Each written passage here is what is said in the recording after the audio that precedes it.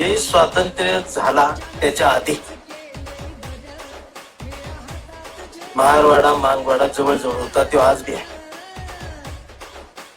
तेव्हा आमची भांडणं होती भाकरीसाठी, पण आम्ही कधी एकमेकांसोबत भांडलो नाही. आणि जी संघर्षातून भाकरी महारवाड्यात मांगवाड्यात आली साबुतीच्या रूपाला, ते आम्ही अर्धी वाटून खाल्ली.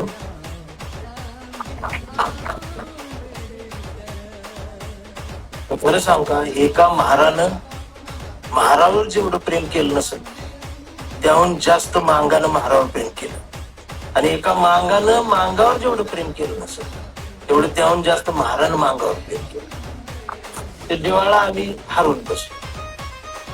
मी खरं सांगतो, मोठा भाव म्हणून धाकट्यानं जर दार लावून भावाजवळ व्यथा सांगितली असती, दादा तुझं झालंय चांगलं, माझं जरा पोट उपाशी आहे, माझे ताटाकट बघ, तर मोठ्या भावानं मिठीत घेतलं असतं. पण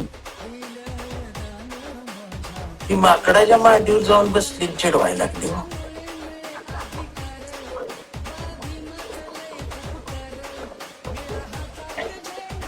तुम्ही जिथं जाऊन मागणी करताय ना ती खूप नाही.